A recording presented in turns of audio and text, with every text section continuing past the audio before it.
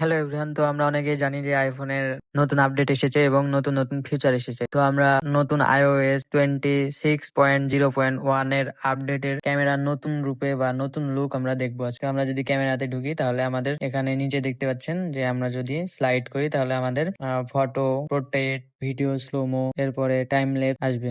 আগে ক্লিক করতে হতো। এখানে আমরা অনেক সময় সেটিং করে থাকি। তো এই সেটিং গুলো কিভাবে পাচ্ছেন দেখুন। আমরা উপরে এটা টাইম ল্যাপস এর এক্সপোজার পেয়ে যাব। এরপরে আমরা যদি স্লো মোতে যাই তাহলে সেম প্রসেসে আমরা উপরে এর সেটিং গুলো পেয়ে যাব। এখান থেকে বাম পাশ থেকে আমরা ভিডিও কোয়ালিটি এইচডি বা 1080 করতে পারবো, আর ডান পাশ থেকে আমরা এক্সপোজার কম বেশি করতে পারবো এবং ফ্লাশ দিতে পারবো।